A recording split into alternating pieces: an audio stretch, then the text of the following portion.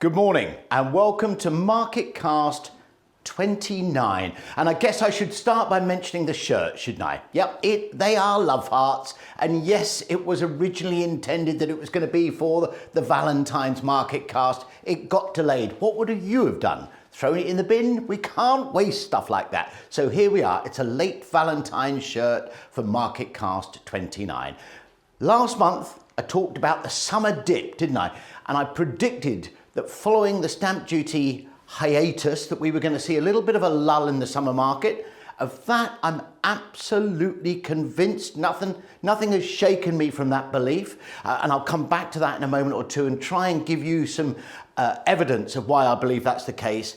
But I think we're into a roller coaster situation for this year, for 2025. And I think we are going to, barring obviously geopolitical issues that I couldn't possibly foresee or foretell. I think we're in for a roller coaster ride this year, but not too scary a one. I actually asked AI to paint me a picture of adults on a child's roller coaster. They didn't make a great job of it, but at least that gives you some indication of the way that I believe the market's going to move this year. Okay, take a quick look at the bullet points. That summer dip, absolutely convinced it's going to happen. I'll give you the evidence in a moment or two, but it's too early to say how volumes are going to move. Obviously, everyone is rushing to get towards the end of March, but yeah, hold my coffee for that for a moment or two, because we've got Rachel Reeves coming up on Wednesday, tomorrow, of course. More on that in a moment or two. Buyers have already started saying to sellers, I can't make March the 31st. You are going to have to share the pain with me. It's going to cost me an extra this or an extra that. Maybe we split the difference. That's already feeling its way through to prices.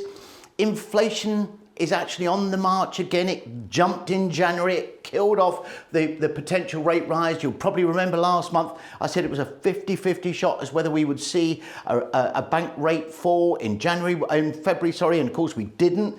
And then despite these changes that we've got in stamp duty, which is going to cause this little bit of a roller coaster, volumes are looking dead set to be faithful 1.2 million, almost certain. You heard it here first, of course. Let's look at some of the detail.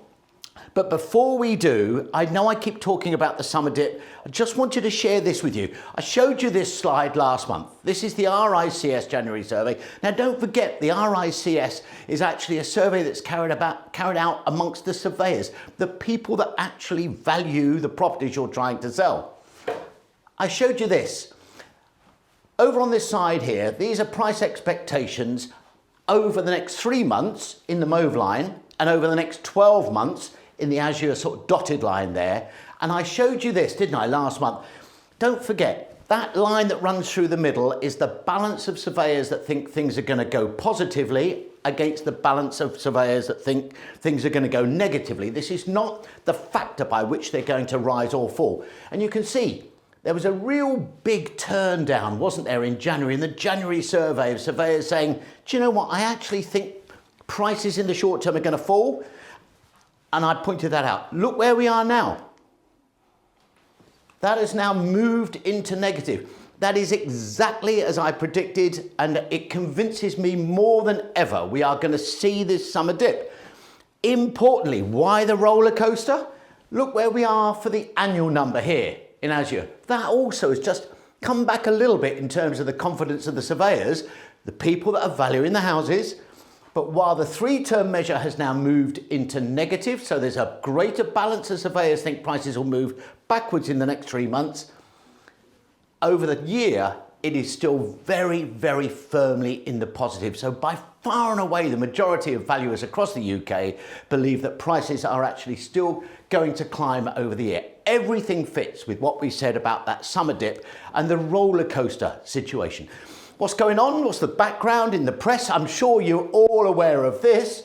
This is Persimmon's initiative that they've done with one of the finance houses, Help to Buy alternative. So 5% deposit, they add in the difference, gets them up to 15%, or gets them up to 20%, sorry, in terms of deposit. So it means that they can get the rates down and get them competitive. It will be really interesting to see how that works. Obviously, that margin's got to come from somewhere. It does make me wonder. And by the way, the big difference there between that and the old original Help to Buy, which, as I'm sure you know, ran from 2013 to 2023, but the big difference between the two is that interest-free loan is forever until it's paid back. So whereas with Help to Buy, after 5 years, there was payment required, that interest-free loan is a forever interest-free loan. I wonder how the valuations are going to work. It will be interesting to see how that pans out, doesn't it? Spring buyers who missed stamp duty deadline will see decade-high choice of homes for sale. I'll show you some Zoopla numbers in a moment or two, and it was the Zoopla press release that actually was behind that story in the Standard last week. There is going to be the most competitive market out there, they believe, in the last 10 years. These stories are all over the place. These are buyers who wanted to try and get in before March the 31st and missed the deadline. And also here, look, this is the Guardian saying, buyer's market looms. I always worry about the word looms, and it gives you that feeling of impending doom, doesn't it?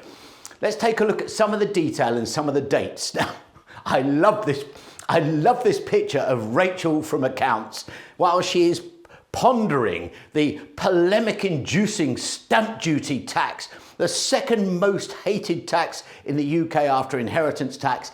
Now, there is a rumour, I believe it was a story in the Sun newspaper, and we all know that the Sun only ever publishes absolute fact. And they say that there is every chance that she might extend the stamp duty holiday. So keep the limits up where they are, which of course got doubled, didn't they, in Jeremy Hunt's Parliament. So that's tomorrow. If you have registered for MarketCast, if you are on the list of people that have registered for this MarketCast, I'm going to watch this statement. I know, that's the sort of sad life I have. And then I am going to send a little update out if we feel that if there's anything in there that's actually going to affect the way the market's going to move over the next 12 months.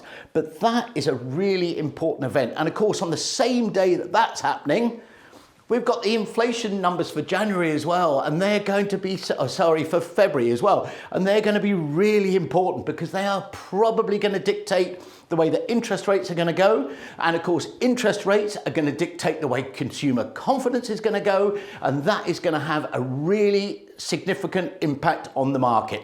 So we've got inflation numbers literally tomorrow. How are they going to look? I have no idea. The smart money is saying that it's going to be very, very similar to where we are now, or maybe even a point or two higher. We'll see. It's certainly going to begin with a 3, that's for sure. And then the next interest rate data is going to come out on the 23rd of April. The next MarketCast, by the way, I'll remind you of this right at the end. It's April 28th. It's a Monday. I know, I'm sorry. It's the only day we could do. This is where inflation is moving. Really importantly to us is this dark line here that never gets talked about in the press, I might add. The CPI is the measure that all the media use as their headline measure, and it sits there at 3%, and it was a sort of slight tick up in that last month, which meant that we didn't see that interest rate drop. But the CPIH, which means that has the home owner costs in there, sits at 3.9, and that ticked up as well. But this is the owner-occupier housing costs that sits at 8 and stayed at 8. For us, that's really good news. The other thing to remember is that wages are rising faster than this. So in effect, in reality, if you want to take averages, and we all know how painful averages can be, it's actually cost of living is going down a tiny bit. Interesting but true. Where are rates going to go? Well, this is where we currently stand. You can see that here were interest rates like zooming up after COVID. When the world went mad after COVID, we saw 16 interest rate increases on the bounce. And then we came along this crest here at 5.25. And it was last summer, wasn't it, in August, that we saw the first reduction to bring it down to 5%. And then in the autumn, in November, we saw it reduce from 5 to 4.75.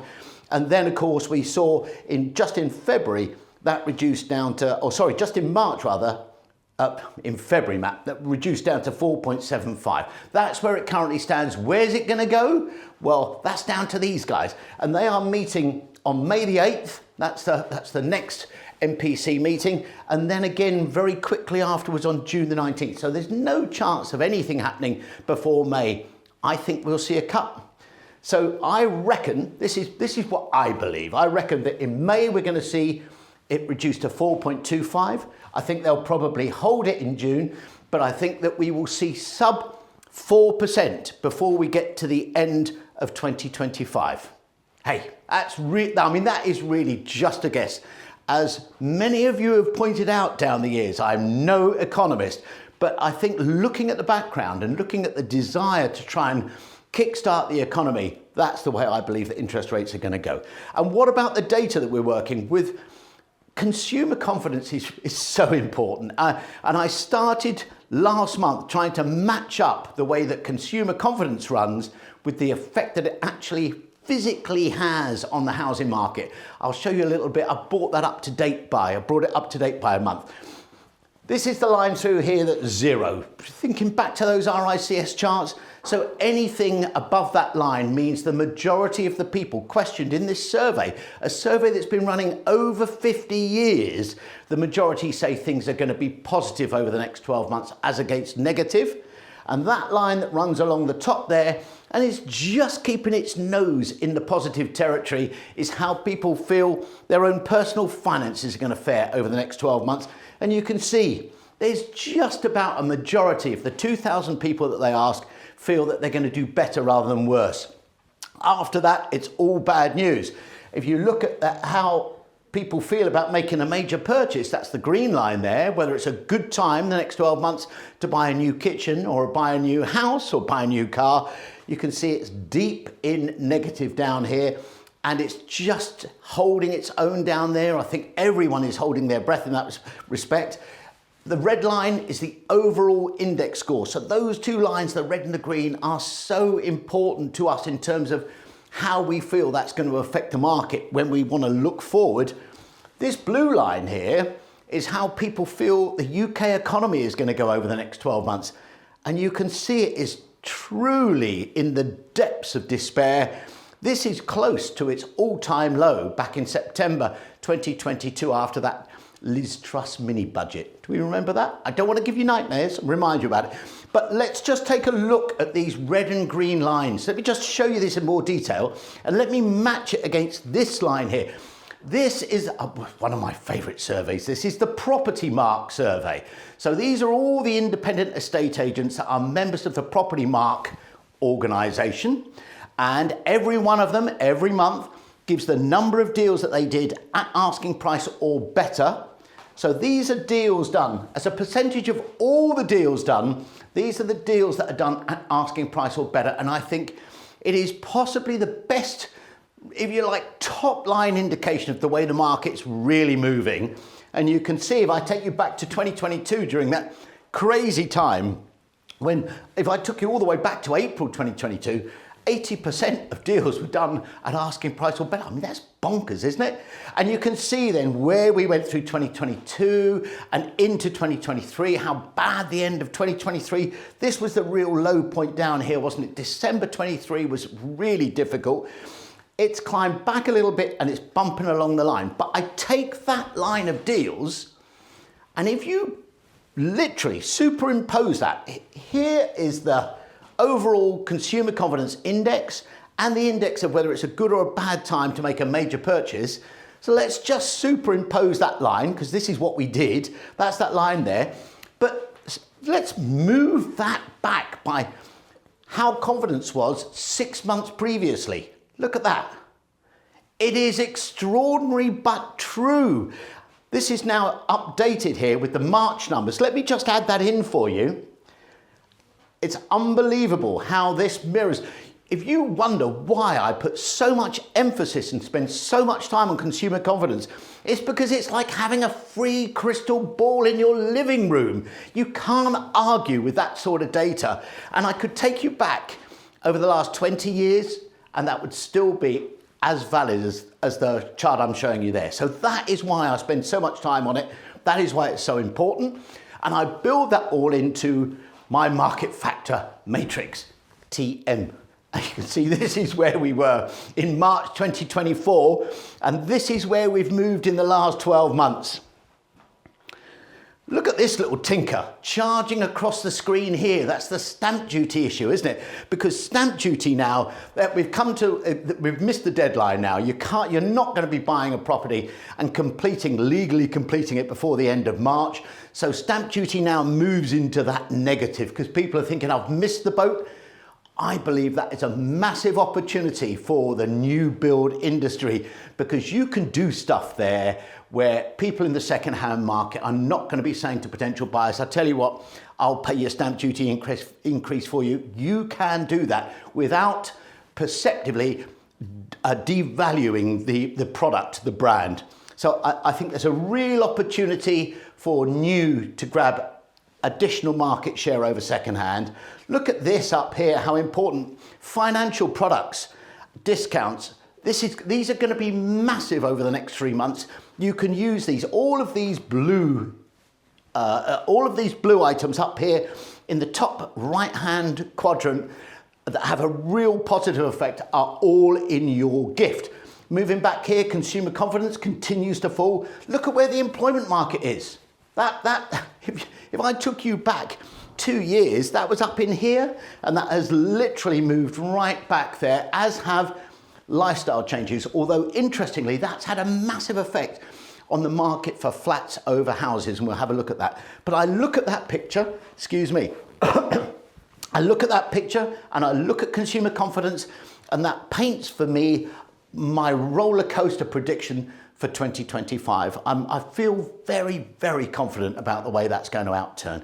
If you look at the major indices, generally tend to kick off with right move. Don't forget these are asking prices. And as I've just shown you, literally moments ago from that Property Mark survey, we know that over 8 out of 10 properties sold in the UK don't make asking price. So we have to keep that in our head. 1.1% monthly increase. It's about right for March. I mean, it's just below the average for this time of year. And that brings us then for the year at plus 1%. We're bumping along, aren't we? We're bumping along, just about holding our head up. Couple of quick highlights to drag out of their analysis of the market. The right move. As many new sellers price sensibly amid decade high competition to sell. That initial asking price, as ever, and I know I sound like a crack record here, but as ever, that initial asking price is so important. And look at this here. The number of sales being agreed is 9% higher than at this time in 2024. That's overall, by the way. New homes market share is slightly down over this time last year. Interestingly, look, this is the Zoopla index here, and they're still bumping along 1.9%, just under 2% annual inflation. Their key measures of market activity is plus 10% in all 4 measures. So that's buyer demand, which is up 11%, sales agreed are up 10%, new supply up 10%, and stock up 11%. So you've got, across all of Zoopla's measures, you've got the market actually 10% better than where it was this time last year. And we should be feeling that. And we should be feeling that in terms of the actions and the perception of visitors and potential buyers. Just a moment on flats, This, I thought, was a really interesting piece of data here. This is Zoopla's. This came out of Zoopla's monthly report last month. 14% more flats for sale than there were this time last year. Only 1% more buyer demand than this time last year, and only 4% higher sales agreed. In other words, we've got a significant amount more flats on the market than there were this time last year. Compare that with houses. So houses, stock of homes for sale is only 5% higher than it was last year. Demand, 16% higher than it was last year. Sales agreed 7% higher than it was last year. You can see that shift is quite extraordinary. And if you actually translate that into cost, there are billy bargains out there for people that it's on average across the UK's major cities now, it's 43% cheaper to buy a flat than to rent one. There's a message there, isn't there? Has anyone ever run an ad with why rent when you can buy before? I'm not sure they have. I've only been doing this 40 years, to be fair. So In terms of numbers, UK mortgage approvals, we know these drive the numbers. I mean, the beautiful bit about forecasting numbers is we know, don't we? Because mortgage approvals account for 2/3 of all the sales in the UK. So the mortgage approvals number this month are going to be the sales in 3 months' time. So that's a really easy thing to calculate. Here we go. Look, here's the faithful five. Remember these? 100,000 transactions a month, 66,000 mortgage approvals a month. Here's COVID, boof, boof, boof.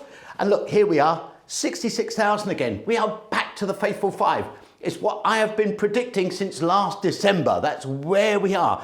And the new home share of that, spec build, obviously, and not low cost or affordable, the new home share of that is running at about 10.5% at the moment, not as high as it should be. And I believe, by the way, with the stamp duty hiatus, I believe that it could be a lot higher. That's sort of down to you. I showed you right at the start of this, right at the top of the MarketCast, I showed you price forecast by the RICS, the surveyors in last month's survey, and drew your attention to the change this month. These are volumes now. So they were prices, these are volumes. Look, that's the one that I highlighted for you last month. That's that downturn that we saw in January. Have a look at this. That has also moved into negative. So you've actually got both the surveyors saying that both prices and volumes are going to move into negative in the short term.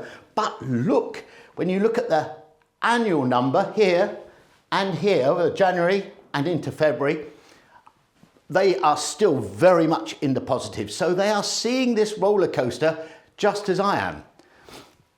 So what does that actually mean when we actually look at what the summer's going to deliver for us? I think it's going to be difficult. Last month I called it, are you ready for the summer dip? And I genuinely believe that we are going to see a summer dip. These are the actual numbers in dark blue here. I know it's the nationwide. They are the nationwide numbers. You have to take your measure from somewhere. And this index is by no means perfect. This is all about the imperfections being consistent. Consistent inconsistencies.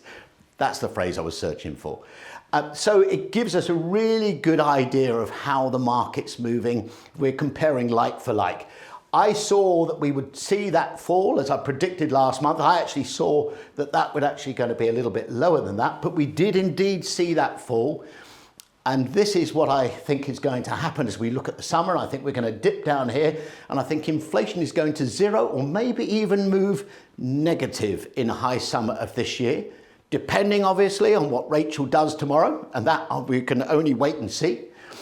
But then I think we've got a really encouraging outlook. There are all sorts of things happening right now, aren't there? There's the uncertainty that's going on with all of the things that happen in the US administration and the effect that these shoot from the hip decisions and executive orders that are coming out of the White House right now are not just having in the US, but are having right across the whole world. And they impact on inflation, obviously. They impact on interest rates. So although we sit and we watch the television bulletins of Donald Trump just announcing the latest tariff, whether it's 25% on steel or whatever it might be, thinking, well, that's just miles away in the States. But it actually has, down the line, an effect on the mortgage that you and your purchasers are actually paying right now, because it directly affects the worldwide and global economy and directly affects interest rates too. That affects our market, that affects our living, and so it actually, you don't have to draw too long a line to see the connection and why that affects us. And I think all of that's going to go on as he stays busy. We've also got the situation going on in Ukraine, where we are just now starting to see, aren't we, concrete proposals to start the ceasefire. Heavens, please, start the ceasefire. But so we're seeing that situation stabilize a little bit. And I think all of that is going to play into the summer thinking. And I think we'll see that uncertainty ease. But it's not going to be soon enough to actually counter this. Plus, obviously, we've had the rush to meet the stamp duty numbers in March, and we're going to see the decline, the lull, I'm going to call it a lull, that follows that. So we'll see this happen. We'll move down here. All things point to a good autumn. I've often said It's a fool that predicts the property market beyond 6 months. And if you don't believe me on that, go and read some of Savills 5-year forecasts. They're hilarious. And because nobody can see all the factors that are actually going to affect the market that far forward. But as I see it, this is where we're going to be. And I think then your market share in your local micro markets is very much in your hands. The market, I think, is going to be there to be got. And I think that the new home share of the overall market is there to be increased, particularly following the stamp duty hiatus. Let's take a look then at the summary of what we've had and what we're facing. So you have to expect this summer dip. Hopefully you're already prepared for that. So you've adjusted your sales rates and your forecasts accordingly.